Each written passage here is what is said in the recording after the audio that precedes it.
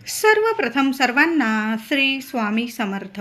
स्वामी महाराजांच्या कृपेने तुमच्या सर्व चांगल्या इच्छा पूर्ण होत ही स्वामींचरणी प्रार्थना करते आणि आजच्या व्हिडिओला सुरुवात करते. मकर संक्रांती 2026. तिळगुळ घ्या, गोडगोड बोला. माझ्या सर्व यूट्यूब परिवाराला माझ्याकडून मकर संक्रांतीच्या गोडगोड शुभेच्छा. हा सण तुम्हाला आनंदाचा, उत्सवाचा आणि भरभराटीचा जावो ही स्वामींचरणी मी प्रार्थना करते आणि आजच्या व्हिडिओला सुरुवात करते. तर मकर संक्रांती 2026. मकर संक्रांतीचा सण हा आपण 3 दिवसाचा सण साजरा करत असतो. भोगी, मकर संक्रांती आणि कर हे 3 दिवस खूप खूप महत्त्वाचे असतात. वर्षभरासाठी हे 3 दिवस खूप महत्त्वाचे असतात. तसं पाहिलं तर मकर संक्रांतीचा सण हा प्रत्येक सुवासिनीसाठी रथसप्तमीपर्यंत आपण साजरा करत असतो. प्रत्येक महिला आपल्या घरात हळदी कुंकवाचा कार्यक्रम करत असते, वाण लुटत असते आणि सुख सौभाग्यात आपल्या भर पडावी म्हणून देवी देवतांना प्रार्थना करत असते, साकडं घालत असते. तर मकर संक्रांती हा सण आपण 14 तारखेला यावर्षी 14 जानेवारी 2026 बुधवार रोजी साजरा करणार आहोत. तर षटतिला एकादशी सुद्धा आलेली आहे. या दिवशी खूप शुभ योग जुळून आलेला आहे. बऱ्याच वर्षांनी असा शुभ योग जुळून आलेला आहे. या दिवशी लक्ष्मी नारायणांची सेवा करायची आहे. महिलांनो, पहिलं हळदी कुंकू आपल्या देवघरात देवी आईला अर्पण करा आणि मग आपल्याला सुगड पूजा करायची आहे. हळदी कुंकवाचा कार्यक्रम करायचा आहे, वाण लुटायचा आहे. तर प्रथम आपल्या देवघरात गणपती बाप्पाला हळदी कुंकू अर्पण करा. आपल्या कुलदेवीला, माता लक्ष्मीला, देवी देवतांची पूजा करा आणि मग आपल्याला सुगड पूजा करायची आहे आणि मग आपल्याला हळदी कुंकवाचा कार्यक्रम करायचा आहे. तर 14 जानेवारीला बुधवारी दुपारी 3:06 ते संध्याकाळी 6:20 हा मकर संक्रांतीचा पुण्यकाळ असणार आहे. महिलांनी वाण द्यावे, वसा करावा, जप, तप, दान, धर्म या पुण्य काळात केलं तर आपल्याला 1000 जन्मांचं फळ प्राप्त होत असतं. म्हणून पुण्य काळात या गोष्टी आवर्जून करायच्या आहे. मकर संक्रांतीचे दरवर्षी संक्रांती देवीचे स्वरूप थोडेसे बदलते. वाहन, उपवाहन, शस्त्र, वस्त्र यामध्ये थोडाफार बदल होत असतो. तर यावर्षी संक्रांत देवीचे वाहन वाघ असून उपवाहन घोडा आहे. तिने यावर्षी 2026 संक्रांत देवीने पिवळे वस्त्र परिधान केलेले आहे आणि ज्या वर्षी संक्रांत देवी ज्या रंगाचे वस्त्र परिधान करते त्या वर्षी आपल्याला तो रंग वर्ज्य करायचा असतो असं शास्त्रात म्हटलेलं आहे. म्हणजे ज्या वर्षी संक्रांत देवी ज्या रंगाची वस्त्र नेसून येते तो रंग आपण त्या वर्षी वर्ज्य करावे. त्या रंगाचे कपडे, साडी, वस्त्र नेसू नये, घालू नये अशी जुनी आपली परंपरा आहे. म्हणून यावर्षी महिलांनो, दादांनो, पिवळा रंग आपल्याला संक्रांतीला, मकर संक्रांतीला पिवळा रंग हा वर्ज्य आहे. बाकी तुम्ही सर्व शुभ रंगाचे कपडे नेसून आपण संक्रांतीचा सण साजरा करायचा आहे आणि खास करून आपला काळा रंग आपण यावर्षी आवर्जून परिधान करायचा आहे. महिलांनो, छान अशी काळ्या रंगाची तुम्ही साडी घालू शकता, पण हिरव्या रंगाच्या बांगड्या घालूनच आपल्याला सण साजरा करायचा आहे. महिलांनो, थोड्या का होईना हिरव्या रंगाच्या काचेच्या बांगड्या आवर्जून हातामध्ये घालायच्या आहे. तुम्हाला जास्त नाही घालता येत तर किमान 2-2 का होईना हिरव्या काचेच्या बांगड्या घाला. खूप शुभ ठरत असतं. म्हणून हिरव्या काचेच्या नव्या घ्या महिलांनो. 4 दिवसात वगैरे वापरलेल्या असतील काढून टाका आणि नवीन हिरव्या काचेच्या बांगड्या भरायच्या आहे. बांगड्या भरताना आवर्जून जो कासार दादा असेल किंवा कासार मावशी असेल त्यांच्याकडून एक जास्तीची आपण बांगडी मागून घ्यायची आहे. तसं तर ते देतातच. सुख सौभाग्यात आपल्या भर पडते. म्हणून मकर संक्रांतीला आवर्जून उजव्या हातामध्ये एक जास्तीची आपण बांगडी घालायची आहे. तुम्ही जर डझनभर बांगड्या घेतल्या तर एका हातात 6 बांगड्या घाला आणि एका हातात 7. हा बांगड्यांचा नियम सर्व महिलांना लागू पडतो. म्हणून सर्व महिलांनी काचेच्या बांगड्या घालताना एक बांगडी जास्तीची घालायची आहे. संक्रांत देवीने हातात गदा घेतलेली आहे. तिने केशराचा टिळा लावलेला आहे. ती वयाने कुमारी असून ती बसलेली आहे. वासाकरता जाई हातात घेतलेली आहे आणि ती पायास म्हणजे खीर भक्षण करत आहे. म्हणून यावर्षी दुधाचे पदार्थ आपण टाळायचे आहे. संक्रांत देवीचे सर्प जातीचे स्वरूप आहे. तिने मोती परिधान केलेला आहे. तिचं वार नाव नक्षत्र नाव मंदाकिनी आहे. ती पूर्वेकडून पश्चिमेकडे जात आहे आणि तिचं मुख वायव्य दिशेस आहे. असं यावर्षी 2026मध्ये संक्रांत देवीचे स्वरूप आहे. या दिवशी स्नान, दान, जप, तप, तर्पण या विधी पुण्य काळात अवश्य कराव्या. महिलांनो, काही नाही जमलं ना तुम्हाला तर मग देवी आईला कुंकुमार्चन करा, देवांना तुळस अर्पण करा.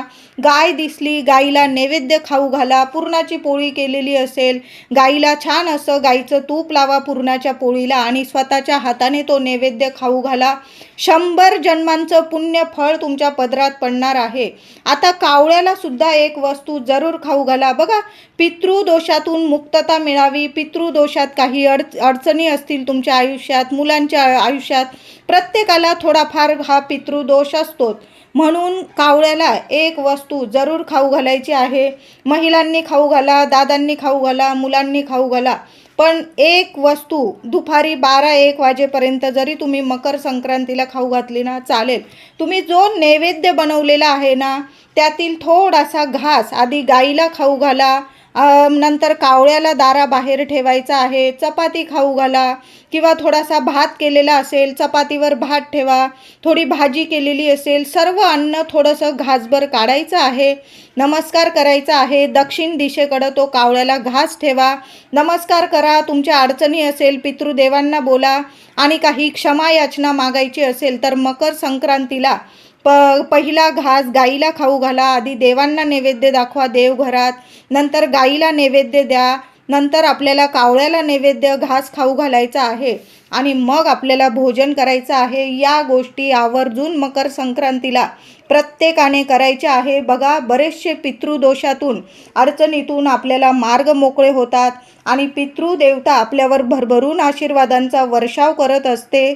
यावर्षी 13 तारखेला भोगी आलेली आहे. मंगळवारी भोगी आहे. आपण प्रत्येक महिला आपल्या घरात भोगीची भाजी करतो, मिक्स भाजी करत असतो, बाजरीची भाकरी करतो, तीळ लावून बाजरीची भाकरी आपण परंपरेनुसार नैवेद्य करत असतो. तर महिलांनो, चुकून सुद्धा कारलं असेल, आता थंडीचे दिवस आहे तर या दिवशी म्हणजे आपण त्या भाजीत तर आपण कारलं वगैरे टाकत नाही, पण चुकून सुद्धा सकाळी किंवा संध्याकाळी आपल्या घरात कारलं शिजणार नाही या गोष्टीची काळजी घ्यायची आहे. काही ठिकाणी कडू मेथ्यांची आमटी वगैरे सुद्धा करून खाल्ली जाते. तर चुकून सुद्धा भोगी असेल, संक्रांत असेल, कर असेल, या तिन्ही दिवसात आपल्या घरात कारलं किंवा कडू मेथ्या किंवा कांदा लसूण तुम्ही विरहित जेवण बनवत असाल तर कांदा लसूण जरी नाही वापरलं तुम्ही तरीही चालेल. मांसाहार, त्याचबरोबर मसूर डाळीचं तुम्ही वरण वगैरे करत असाल तर या तिन्ही दिवसात मसूर डाळ, कारलं, कडू मेथ्या, कांदा, लसूण या गोष्टी आपल्या घरात शिजणार नाही आणि खाण्यात येणार नाही याची काळजी घ्यायची आहे. आता तुम्ही कांदा लसूण वापरता, दरवर्षी तुम्ही कांदा लसूण वापरू शकता, पण कडू मेथ्या, मसूर डाळ किंवा कारलं वगैरे या गोष्टी आपल्याला आहारात टाळायच्या आहे. नाहीतर मग वर्षभर कडवटपणा येतो आपल्या आयुष्यात. पती पत्नीमध्ये गोडावा राहत नाही, मुलांमध्ये आपल्यामध्ये कडवटपणा येऊ शकतो. म्हणून या गोष्टींची काळजी जरूर घ्या. कडू मेथ्या असतील, मसूर डाळ आहे किंवा कडू कारला आहे, या 2-3 गोष्टी भाज्यांमध्ये, या 2-3 भाज्या आपल्या भाजीत किंवा आहारात घेऊ नका महिलांनो. बाकी सिजनेबल भाज्या आपण भोगीची जी पारंपरिक भाजी करतो ती बनवायची आहे. भोगीच्या दिवशी तुम्ही सकाळी नैवेद्य दाखवा किंवा संध्याकाळी छान अशी बाजरीची भाकरी, तीळ लावून वांग्याची भाजी करतो आपण, तीळ लावून वांग्याची भाजी करतो, बाजरीची भाकरी, असा पारंपरिक आपल्याला नैवेद्य भोगीच्या दिवशी दाखवायचा आहे. भोगीला, मकर संक्रांतीला किंवा करीला सुद्धा तिन्ही दिवस तर तुम्हाला जर पाण्यात तीळ टाकून अंघोळ करता आली ना तर जरूर करा. आणि भोगी आणि मकर संक्रांती या दोन्ही दिवस महिला असतील, पुरुष दादा, लहान लेकरांना सुद्धा काही ठिकाणी तर तिळीचं उठणं केलं जातं, अंगाला लावलं जातं. कारण थंडीचे दिवस असतात, उष्णता असते. तीळ म्हणजे तिळीत तेल पण असतं, ती बारीक काढली जाते, वाटली जाते आणि त्याचं उठणं लावून, अंगाला उठणं लावून आंघोळ केली जाते. आता आपल्याला एवढं नाही जमत तर मग फक्त थोडीशी तीळ पाण्यात टाका आणि त्या पाण्याने आपल्याला आंघोळ करायची आहे. थोडं गंगाजल असेल महिलांनो, भोगीच्या दिवशी पण टाका आंघोळीच्या पाण्यात. आणि मकर संक्रांतीला तर आवर्जून तीळ आणि गंगाजल टाकून आपण आंघोळ करायची आहे.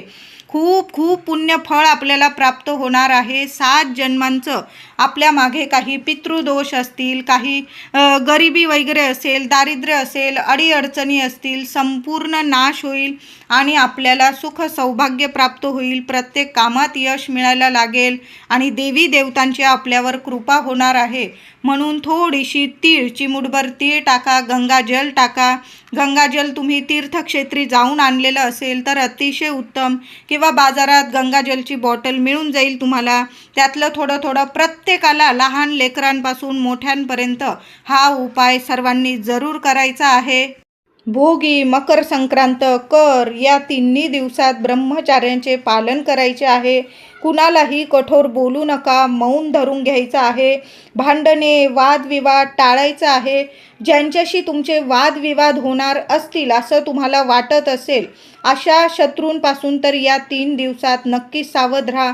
मौन धरून घ्या. कुणी काहीही बोलू द्या तुमच्या विरुद्ध, तर मौन धरायचं आहे. कुणाशीच कठोर बोलू नका. मग शब्दाला शब्द वाढतो, वादविवाद होतो आणि मग वर्ष आपलं विवादात जात असतं, कटकटीत जातं आणि आपल्यालाच मग आपल्याच आयुष्यात आपल्याला वाईट परिणाम भोगावे लागतात. म्हणून या तिन्ही दिवसात कुणाशीच बोलू नका, मौन धरून घ्या. जेवढा मंत्र जपता येईल, श्री स्वामी समर्थ, श्री स्वामी समर्थ, किंवा तुम्ही ज्या देवी देवतांना मानतात त्या देवी देवतांचा मंत्र जपा. देव एकच आहे.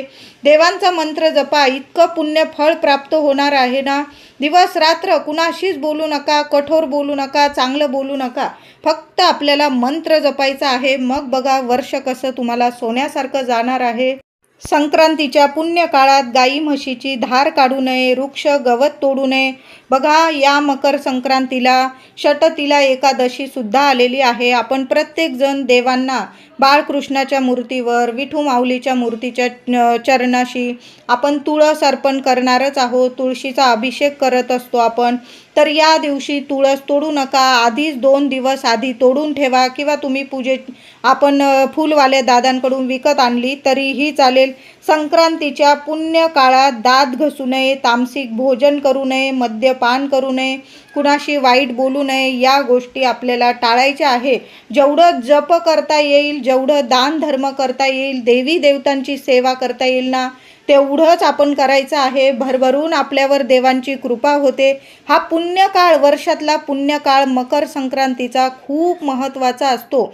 जेवढ्या चांगल्या गोष्टी होईल ना, आयुष्यभर आपल्याला त्या चांगल्या गोष्टींचा, चांगलेच कर्मांचं, चांगलंच आपल्याला पुण्यफळ प्राप्त होत असतं. यामुळे आपल्या लेकराबाळांची प्रगतीत वाढ होत असते, घरात लक्ष्मी नांदते. महिलांनो, दादांनो, मकर संक्रांतीचे या पुण्य काळात जेवढं जप दान वगैरे होईल, जेवढा मंत्र जपता येईल ना, नामस्मरणात राहा. मग बघा मकर संक्रांतीला आपण वाण देतो किंवा हळदी कुंकू करतो, तर चांगलं वाण द्यायचं आहे आपल्याला. हळदी कुंकवाचा करंडा देऊ शकतो, स्टीलच्या वगैरे वस्तू देऊ शकता तुम्ही, देवांच्या पोथी तुम्ही वाण म्हणून देऊ शकता, माळ देऊ शकता, जप माळ देऊ शकता तुम्ही, चांगल्या वस्तू देऊ शकता, टिकल्या, बांगड्या, चांगल्या सौभाग्यवर्धक वस्तू द्यायच्या आहे. प्लॅस्टिकच्या वस्तू किंवा धारदार वस्तू, या वस्तू चुकूनसुद्धा महिलांनो आपण वाण देताना देऊ नका. नाही तर मग वर्षभर आपल्याला भोगावे लागतात. मग आपण ज्यांना वाण देतो ना, त्यांच्याशी सुद्धा आपलं शत्रुत्व निर्माण होतं. म्हणून तुम्ही किसनी, चाकू, सुरी अशा धारदार वस्तू, प्लॅस्टिकच्या वगैरे वस्तू, या वस्तू महिलांना वाण म्हणून, हळदी कुंकवात वाण म्हणून देऊ नका. बाकी छान अशा सौभाग्यवर्धक तुम्ही वस्तू देऊ शकतात.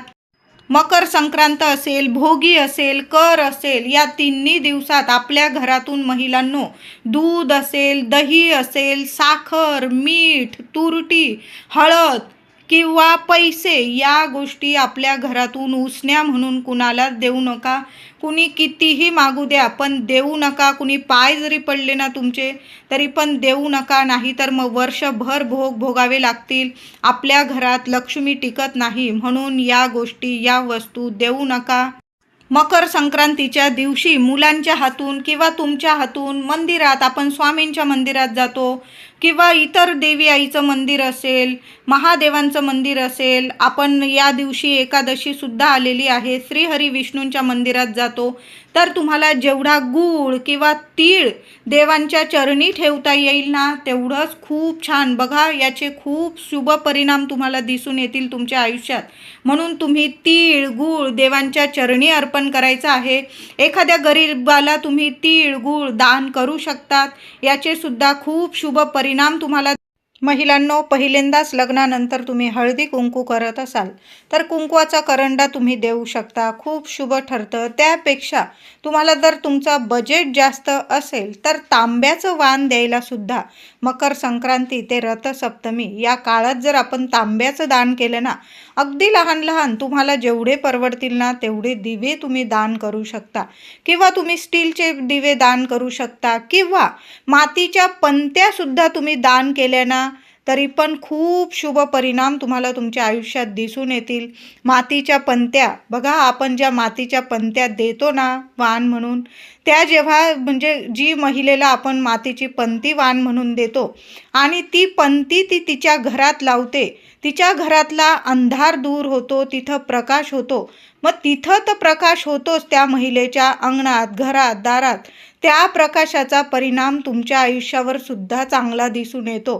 तुमच्या आयुष्यात जे अंधार असतं, त्या अडचणी असतात, त्यासुद्धा संपूर्ण नष्ट होतात आणि तुमचं, तुमच्या पतीचं, मुलांचं भरभरून भाग्य तेजस्वी होतं. म्हणून तुम्ही मातीच्या पंत्यासुद्धा दान करू शकता. त्याचबरोबर तुमचा जर बजेट असेल तर तुम्ही स्वामी चरित्र सारामृताच्या पोथ्यासुद्धा वाण म्हणून देऊ शकता. 1 पोथी वाण म्हणून द्या, 5 द्या, तुम्हाला जेवढ्या जमतील ना तेवढ्या तुम्ही स्वामींच्या सुद्धा स्वामी चरित्र सारामृताच्या पोथ्यासुद्धा दान देऊ शकता, किंवा गुरुचरित्रातील 14वा अध्याय तुम्ही दान देऊ शकता, 18वा, 9वा, तुम्हाला हव्या त्या. म्हणजे आपण जी सेवा करतो ना ती सेवा इतरांपर्यंत सुद्धा आपण पोहोचवत आहोत, याचा अर्थ असा होतो. किंवा विष्णू सहस्त्रनामावलीची पोथी तुम्ही देऊ शकता, व्यंकटेश स्तोत्राची तुम्ही पोथी देऊ शकता. म्हणजे आपल्याकडून तर सेवा होतेच, पण आपण इतर महिलांना ती पोथी देतो, त्यासुद्धा त्यांच्या घरात सेवा करतात. मग ती सेवेचं फळ तिला तर मिळतं त्या महिलेला, पण आपण जे वाण देतो ना आपल्याला सुद्धा भरभरून फळ मिळत असतं. तर अशा पद्धतीने तुम्ही हे सुद्धा वाण देऊ शकता. पण चुकून सुद्धा अशा गोष्टी देऊ नका ज्याचे वाईट परिणाम आपल्याला भोगावे लागतील. त्याचबरोबर मकर संक्रांतीच्या दिवशी छान छान रंगाच्या साड्या, लाल रंगाची साडी नेसा महिलांनो. पिवळा रंग आपल्याला वर्ज्य आहे. ऑरेंज रंग तर आपण नेसू शकतो, ऑरेंज रंग नेसा. मोरपिशी, हिरवा, काळा तर रंग यावर्षी आवर्जून नेसा. आता ज्यांना साथ नाही त्यांच्या घरात काळा रंग वर्ज्यच आहे कायमचा, त्यांनी नका नेसू. पण बाकीच्या सर्व महिलांनी, मुलं मुली, माझे दादा असतील, त्यांनी सर्वांनी काळा रंग आवर्जून परिधान करा. बाकी भरपूर शुभ रंग असतात. हिरवा, मोरपिशी, जांभळा, गुलाबी, ऑरेंज रंग, लाल, या रंगाच्या, या शुभ रंगाच्या साड्या नेसून आपण मकर संक्रांतीचा सण आनंदाने उत्साहाने साजरा करायचा आहे. दादांनी सुद्धा या शुभ रंगाचे कपडे घालून आपण छान असा सण साजरा करायचा आहे. त्याचबरोबर तुम्ही 1 ते 5 वर्षापर्यंत किंवा त्याहून जास्त सुद्धा महिला आपल्या लेकरांचे बोरन्हाण आपण आपल्या घरात करत असाल, तुम्ही पहिल्यांदाच करत असाल किंवा दरवर्षी करत असाल, तर यावर्षी तुम्ही बोरन्हाण करत आहात रथसप्तमीपर्यंत. मकर संक्रांती ते रथसप्तमी 14 जानेवारी ते 25 जानेवारीपर्यंत आपण, तुम्हाला जेव्हा हवं तेव्हा तुम्ही मुलांचं बोरन्हाण करू शकता. फक्त मुलांना पिवळ्या रंगाचं वस्त्र नेसू नका. बाकी शुभ रंग मी तुम्हाला सांगितले, लाल, हिरवा, मोरपिशी, जांभळा, निळा असे शुभ रंग, केशरी असे शुभ रंग नेसून मुलांना कपडे घालून तुम्ही बोरन्हाण करू शकता. बोरन्हाण कसं करावं, किती वयापर्यंत करावं, काय काय करावं बोरन्हाण करताना, संपूर्ण व्हिडिओ मी तुमच्यासाठी नक्कीच आपल्या चॅनलवर नक्की अपलोड करेल. मकर संक्रांतीच्या दिवशी एक गोष्ट नक्की करा, सर्वांनी करा. तुम्हाला त्रास असो जीवनात किंवा नसो, काय करायचं आहे? सकाळी करा, प्रदोष काळात करा. मुठभर काळी किंवा पांढरी तीळ घ्यायची, महादेवांच्या मंदिरात जायचं आहे. शिवपिंडीवर अभिषेक करा, बेल फूल अर्पण करा आणि महादेवांच्या शिवपिंडीवर मुठभर तीळ जरूर अर्पण करा. मकर संक्रांतीच्या दिवशी काही उपाय आवर्जून करा. महिलांनो, दादांनो, उपाय जरूर करा.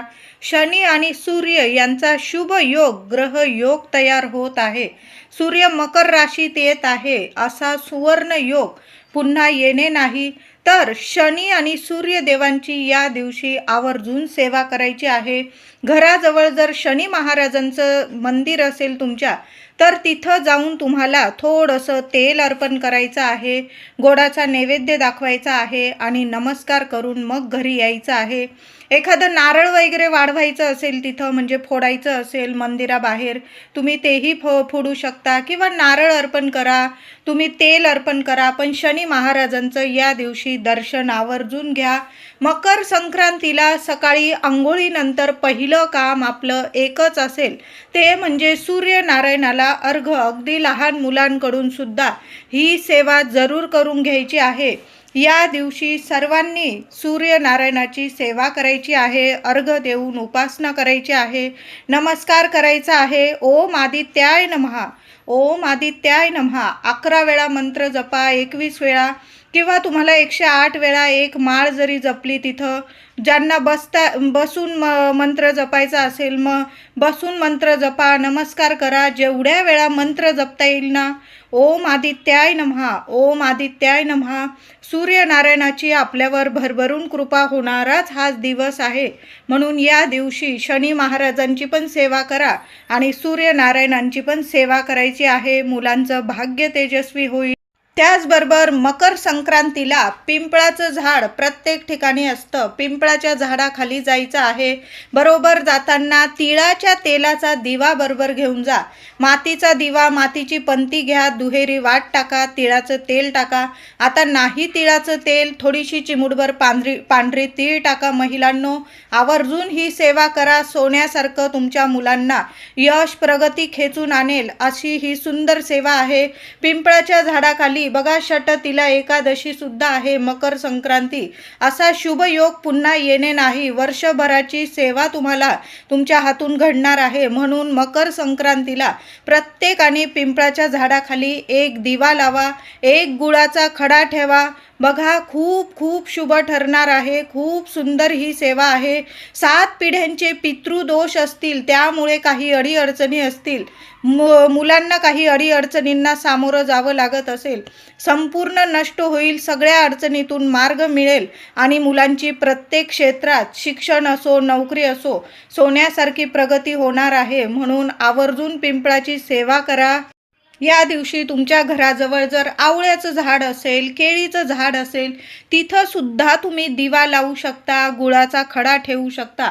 पण पिंपळाची सेवा तर आवर्जून करायचं आहे. मकर संक्रांतीला आपल्या ऐपतीनुसार खिचडी दान करू शकता. तीळ, गूळ, साखर, तांदूळ, कपडे, लत्ते याचं दान अवश्य सर्वांनी करा. तुम्हाला जेवढं परवडेल ना तेवढं नक्की करा. महिलांनो, तिळीचे लाडू करा.